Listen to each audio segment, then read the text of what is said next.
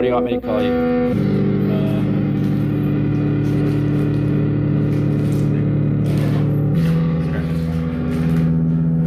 Huh? Scratch? Okay. And can I use this video? Yeah.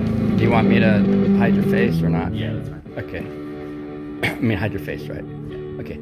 So, you've seen the news article about what's going on with this space where there's like, what, 20, 30 people living? Yeah, there's... seeking shelter? Yeah, when I first got here, there was 4 of us. And then over the last couple months, it grew exponentially. And we had about 30, I would say 25 to 30 people at one time. Living here. And they kind of come and go, but we had a solid core group of about 15, 20 people who, call this home. Yeah. So, how do you feel about what was said in the news article by the reporter, by the city, by the property owner, by those the two people that the homeowners? I understand their concerns. I don't think it's fair. They really don't know what we do, and what we do is survive, right? Everybody goes out and does their thing. We don't bug the community as far as harassing them and that was just really unfair. I think that was really unfair what they had said about us. There was no harassment done, but anyways, this is just kind of their take on what was going on. The place around here is unfortunately covered in trash, but that's because a lot of dumping goes on here. People see it as an opportunity to get rid of their crap and put it in a place where they can shift the blame on somebody else. So we've been dealing with that. City's coming out tomorrow to do a massive clean and the city or the property owner? The city. The city. So, but they said in the article they don't do property cleanup for. Well, remember in the article as well that they were as of yet to get hold of the property owner. Oh, okay. So they're working in conjunction with the property owner. Oh, let me take that back. They are working in conjunction with the property owner. He did give them permission to do. He wrote an affidavit for trespassing, but when the news reached out, they did not respond to him. So that I think that's what they were talking about. So yeah, there was an affidavit for trespassing on his behalf. For like blanket anybody or just right. no specific individuals? I think it was blanketed as any and everybody. So like, how do you feel about like what can you tell us that the news didn't cover? The other half, y'all's side, the actual lived experience versus what these people that just like flybys and trying to make an opinion. What's your article opinion? Was about a fire that broke out. Unfortunately, so not 100% sure how it started, why it started, or where it started. Well, we know where, but as the reasoning or who did it or how it was done or whatever the case, I'm still trying to work that one out. Did you do it? No, I didn't do it. But you're going to suffer from it. Yes. Okay, yeah. so you're being punished for it. Absolutely, and that kind of brings up a really good point. It's the actions of one or some that affect the many. Really strong on anything really. But yes, that put about 15 to 20 of us out back on the streets again. And during this last week, the city said they got 5 new cases of complaints about this specific property. They had a church event that brought in a lot of people. Next door? Right next door. Brought in a lot of families, a lot of people, and because we were back out on the street, we got complained upon. So because you're actually out on the sidewalks. On the sidewalk now. Yeah. So they complained about that. Right. So where do they go? Where do you go that they don't complain? I guess is the question. I mean, where's a lawful place to go? That's a great question. I don't know the answer to that. The law says, the state statute says for camping at least, not for trespass, but for camping, they have to tell you where you can lawfully go, but they've been violating that law because there is no lawful place to go. They have. So a couple people came out and asked if we were up to going to emergency sheltering that may be available, but those things are kind of a joke. There was no pets allowed. The one that did allow pets, you couldn't. They'd have to be kenneled while inside. So the curfews, we had to check in, all that stuff. So it was a system that just, for me personally, I didn't want to go that route. It just didn't make sense. It didn't make sense for me to kind of abandon my dog and, not have access to, being out and about, taking care of the stuff I need to do. So, there is no place really for us to go. It's getting more and more, I would say, just tighter on the availability of space. And the shitty part is there is space absolutely everywhere. I mean, there's abandoned building after abandoned building after abandoned building. And city properties are abandoned too. Right. And they're not using them. Right. And what they're doing is they're boarding them up and fencing them off, waiting for demolition to happen. And I brought that up to city code, and they basically said, what would your ideal situation look like? And I kind of had mentioned something along the lines of, because we are so nomadic and we move so often, we're used to that part, right?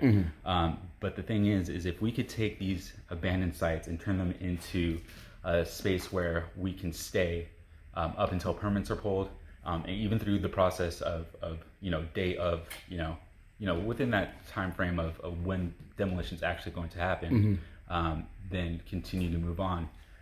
That would allow us at least, a good 4 or 5 months.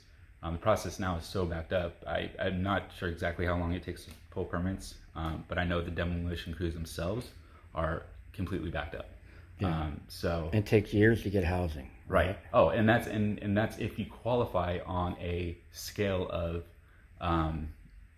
everything from trauma to mental illness to workability to disability to whatever those standards are. They got to make money off you. Right. Yeah. You get housing if you make money. If they make money off you. Right. I'm a 36-year-old, working male. So I don't, and it's based off a lot of other things. But I scored so low on that evaluation that there was no way I would get housing. And that was Is that what they told you? They flat out told me that. What was that like? Where was that? Well, Sunrise or?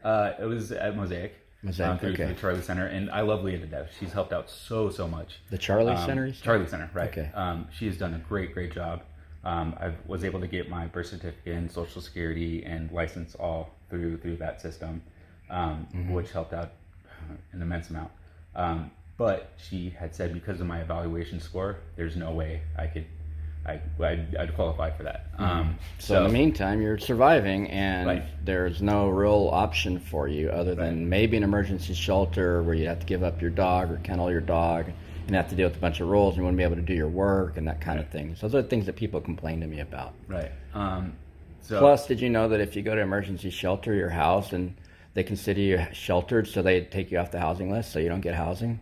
I did not know that. Yeah, it takes you off the housing list. They don't tell you. They call it rapid rehousing, but it's not. They just end up kicking you out. Eventually, you're back out on the streets, and they got their quotas, and they can give their success stories. So to me, understanding the way we survive and the way the programs are allocating their money is so off balance. It's absolutely lunacy. It's broken. It's beyond broken.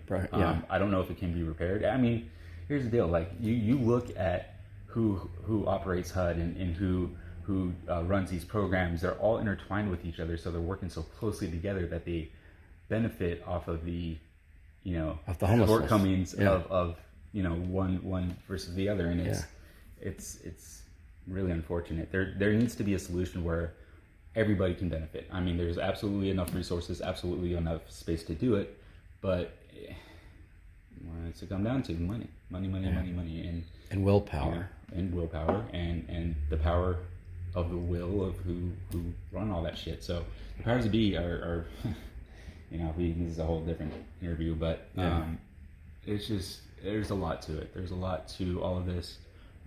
Living this life.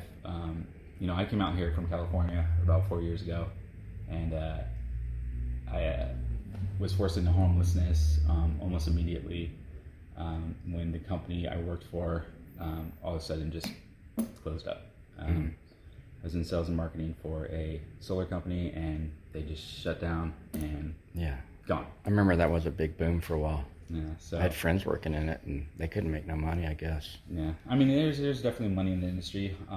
The newer homes that are being developed here are so energy efficient. It's unreal. Technology's really done a lot for energy resources, but. So you were saying you've been swept before? Oh yeah. By the city? So the city did a sweep when I was up at Lake Creek. They Up north. Up north. They did. Well, we were under the bridge, and they were doing bridge work right off Lake Creek Drive. The whole project's going, what, a 15-year project, I think. So I got criminal trespass warning, and then we were asked to move all our stuff, and that was just one time that I've been swept. Did they take any of your stuff? No, I moved all my stuff. Okay. So I was fortunate to get it all out of there. Did you have to move it ahead of time? Yeah, they gave us a heads up. Okay. Fortunately, so some. I mean, here's the deal. Like, not everybody's out to get you, but there are those who definitely take advantage of our situation, and then there are those who really do show their support. So it's, how long ago was that, the Lake Creek Parkway? What'd you say? Probably about a year and a half ago. About a year ago. Okay. About a year ago. It was not this winter, but the past one. So, about a year and a couple months. So now they've escalated. Would you believe that they're escalating? Oh yeah. So in the last year and a half, just in the last few months, there's Officer Garvey, he's a district rep. Mm-hmm. He's been, multiple people have told me he slashes their tent with a knife, grabs them while they're asleep by their foot, drags them out. Sometimes they beats them up and throws them in jail just so he can sweep them and steal their stuff. And there's the other cops are watching, they're involved, they're not doing anything about it. So yeah, we got some escalations going on. And plus they're using bulldozers now, they're using cranes, they're using compactors right there, right outside of your tent. They're going after certain people more than other people, believe it or not. I definitely do know and understand there are people who are targeted more so than others. Women, they like to target women, and people who are severely mentally ill, right. They like to target them. People of color, especially black people, they like to target them. So, with any community, really, there's going to be a backing, or a brotherhood or whatever you want to call it. I don't know if rank was pulled and this gentleman was able to do that stuff for whatever reason, but I definitely know the mob mentality of mm-hmm. things being okay if somebody else is, if a group is saying it's okay. Mm-hmm. It's still not, of course. I mean, would he appreciate it if we went to his home and took the pillow out from underneath his head? Evicted him, drug him out of his bed? So it's hard because we get looked upon as we are subhuman and don't belong with the community itself, and that's really, really unfortunate.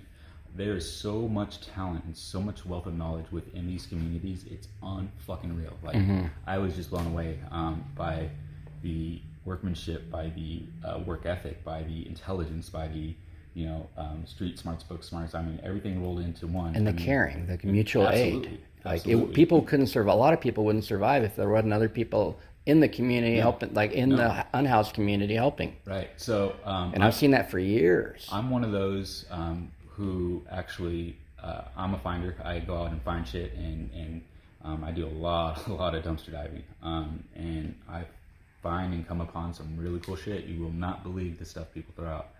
But what I do is I gather it all, and I literally go and share it with whomever needs it. So somebody will come by, and I don't know if you noticed earlier, but he was like, "Do you have this? Do you have that?" And I'm like, "Yeah." Mm-hmm. So that's mutual aid, by the way.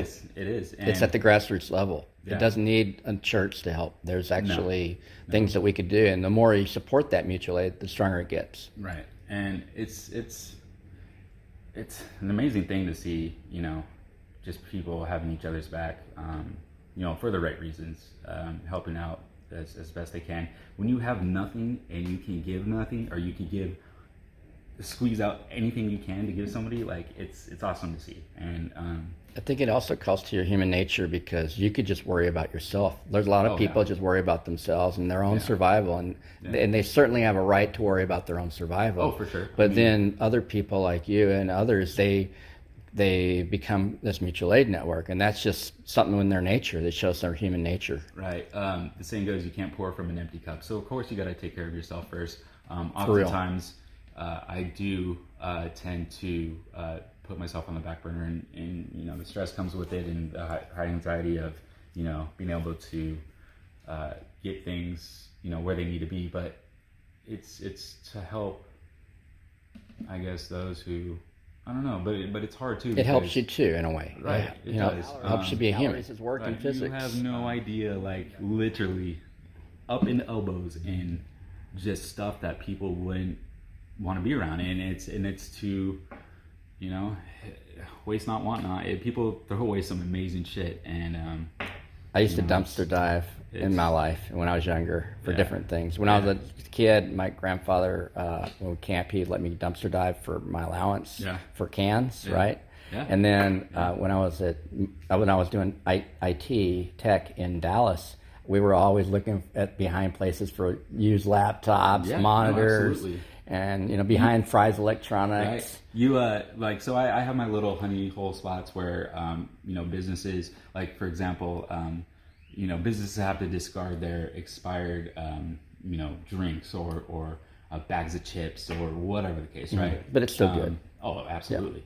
That's typically a sell by date. So when that stuff goes, I mean, it's still good for another long time. So much food is wasted. So much, you know, hygiene products and blankets and pillows, and it's just unreal.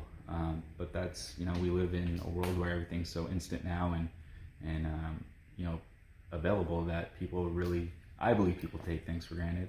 Yeah. And it's kind of So you're reclaiming stuff that would go to a landfill and make our landfill space bigger and just pollute the environment. Absolutely. And it still can be repurposed. You wouldn't take it if it was just a bag of crap. No, I mean... So that brings me to a question. That's because I have an environmental background. And so the city has an ordinance that, and a few years back, before COVID, they had this ordinance, and they cracked down on every business. Every business has to compost. It's a restaurant, or they'll get a ticket. They have to recycle and all this. Right. The same city does sweeps and is going to be doing a sweep tomorrow, supposedly here, and that wood you're on is recyclable. The metal is recyclable. The glass is recyclable. The concrete is recyclable. Everything here is recyclable. You think the city's going to put it in a landfill? I mean, I know they're going to put it in a landfill. So what do you have to say? Like the city doesn't even do as much environmental work as you do. Well, so the hypocrisy of you know, one set of ordinance versus what's actually done, and then, you know, the hopes and dreams of, we're gonna, you know, sort all the glass and sort all the paper and trash and cans and all. It's unrealistic at times. But they have a duty to do it, right? They do have the duty to do it, and we have to do. And it'd be awesome if they did. We also share that same responsibility, I think. On all sides, right? So we do. So and as a homeowner, right, when you get trash pickup, right, if you put everything in the trash can, they charge you more for a bigger trash can. Right. So that's the way they give you the recycle bin. If you put it in recycle bin, it's free. Right. So they're charging people to not recycle. So they're making people do it, but the cities, again, is not recycling. Right. They're just throwing everything that's from the streets into the landfill. And I've followed them more than once, all the way to the landfill down south. I have followed them and recorded it. I have it documented, and nobody cares. It's called fraud, waste, and abuse. Right. And there's a department for that needs to investigate this. I would absolutely agree 1,000% on that. It's you know, there's something really amiss going on with the whole trash system, and again, that's time for a different interview. Yeah, it's a different thing. But it's just really oddball shit that's going on, and I can't quite put my finger on it, but we share that responsibility as, you know, stewards, right? Absolutely, of keeping, you know, our place clean and, you know, livable, habitable. Nobody wants to walk into or see, you know, a trash laden road or, you know, or a landfill filling up their city. Right. So would you want to walk around the landfill? No. Hell no, right? No. So I just had another question for you before we close out. If you want to close out, you can talk as long as you want. But if you were in charge, if you're the mayor, if you're in charge, the business owner, whoever, if you're in charge of this operation or any of this operations, what would you do differently? What could you do differently if you were in charge? First and foremost, well, see, what I was going to say is what the mayor should do, in my opinion, is go out and shake the hands of people who are living this. Interview them, as you're doing yourself right now. Get to know them. Get to really put some time and see that we are real people. This is real shit going on. We're really just trying to survive and live. Where's our next meal going to come from? Is this place that we're staying at safe? Is it going to get broken into? Is it going to get? Are we going to be harassed? Are we going to be robbed? Or, whatever. It happens, and it's really hard because the community. Our community here, we've become really pretty close, and we all have each other's back for sure. But there needs to be more cooperation and more communication between both sides, and I think that's lacking. I think that's what you're doing right now with these interviews, which is a great thing. If I were mayor, I would set up, programs to allocate, a way that I was kind of talking about, just, giving people the opportunity. It's really hard though too, because man, it's such a different interview. It's complicated, right? It's not very complicated. And for them, it's not complicated. You sweep them, you sweep them, you sweep them, you kill them, but they don't use any of their mental faculties. Like, we're supposed to be a creative culture in America, in Austin. We're supposed to be creative, but we only have yes or no. We don't have any creatives. There's only two roads. You either go and fucking wander with nothing, or we're going to sweep you. Right. Like, there's no in between. We don't have any other roads. We don't have any creative solutions at all, in my opinion. So, that's, I think it's our deficiency as people. Well, it's like we're deficient on our thoughts or something. Well, it's really, really hard because put dope on me. And they planted dope? Yeah. Mm-hmm. And I know they did this for a fact. Okay. Was it APD? Yeah. Okay. And they did that. They're going to take me in for a 72-hour mental evaluation, because I had happened to be talking about some things that they didn't appreciate. And so, through this interview, I think you could see that I'm you're coherent. Kind of there. But coherent. Nonetheless, they found that after illegally searching the vehicle. And, there's a lot to this, man. There's really, really a lot to it. So if you were like the mayor, you would shake people's hands, you would interview. What solutions could you offer? You said programs, but it's very vague. So, okay, outside the programs, there needs to be allotted spaces of empty fields or whatever you want to call it, right? Mm-hmm. Or abandoned buildings or something where we can go and not have to abide by all these. But not police, police. No, like, so when the city does it, they do it. It's called a city sanctioned camp, right? And they take it over, right? They just, I don't know. It's not an easy solution. It's something without the police. Oh, absolutely, absolutely. So you would do it different. I do it way different. Yeah. How would would you offer trash pickup, for instance, for people, like a dumpster, so people wouldn't have to? They could clean up after themselves. I feel that is one of the biggest issues we deal with, because like everybody else, we do create waste that we need to get like everybody. Exactly. Probably less than if you were housed. Right. There's this. I saw this video where this guy wore a suit of his own trash that he displaced for over a week or whatever the case, and by the end of it, he was walking around like literally with a big ball of trash, and it was a great illustration to see how much trash we put out, right? Right. So that would be an immensely huge help, is if they just had available trash units that we can simply throw our shit away in. Mm-hmm. Maybe locations you could go to and like just and also porta potties. That's part of the waste as well. And we used to have that. Do you remember we had that years ago? And then they took it all away, and we got a new mayor, and we're starting from ground zero with another idiot that has no idea. Yeah, it's those simple little things that make the biggest difference. Mm-hmm. We just need to. Here's the thing: we can't be bothered, right? But in return, we can't bother as well. You know what I mean? So it's really, really hard. When people see us as the nuisance or sees the us boogeyman, as right, and that's so it's unfair. Not really. It's so unfair. They're blaming all the problems on the poor when it's actually the rich that are causing the problems. Blaming the poor. Right. It's transference. Right. Absolutely. It's a spin. Oh no, we're not doing anything. But who's buying up all the properties? Right. So Elon Musk companies have bought over 2,500 acres in Austin. Right. Right. And people are getting evicted. Right. And there's more homeless. Yeah.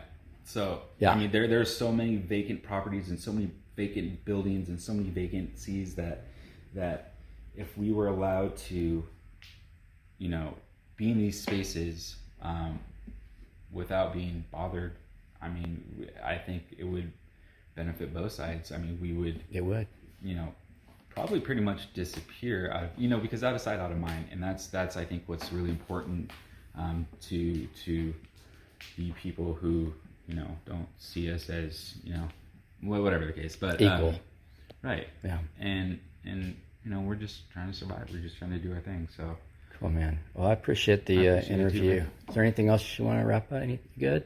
No, I think I've pretty much said, you know, I know I'm keeping you from stuff too. Yeah, no, you got a lot of work. I do got a lot of work to do. And that's the thing, like, it's what's really interesting is our days are consumed with, again, just, you know, I've been trying to get a drink for the last, you know, hour and a half, 2 hours, and it's not as easy to go to the fridge and just get, you know, a cup of ice and some water. It's like you got to traverse. I do, and it's you know, it's one thing after another, and it's timing. Timing is really important, because I don't believe in time, if that makes any sense. Like, you're not as time conscious as perhaps you would be if you had a mortgage due on the 1st. Right.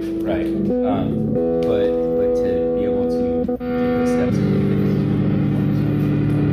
I appreciate your time. You too. Thank you.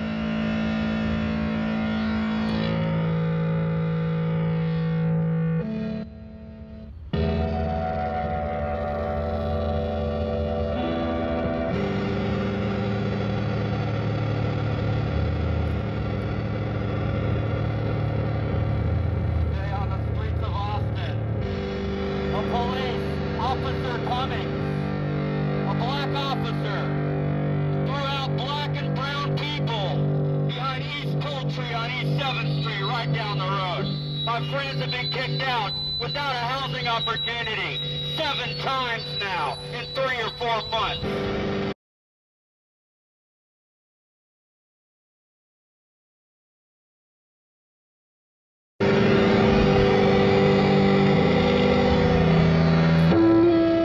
How long are we going to let it go on? If we're not free, you're not free.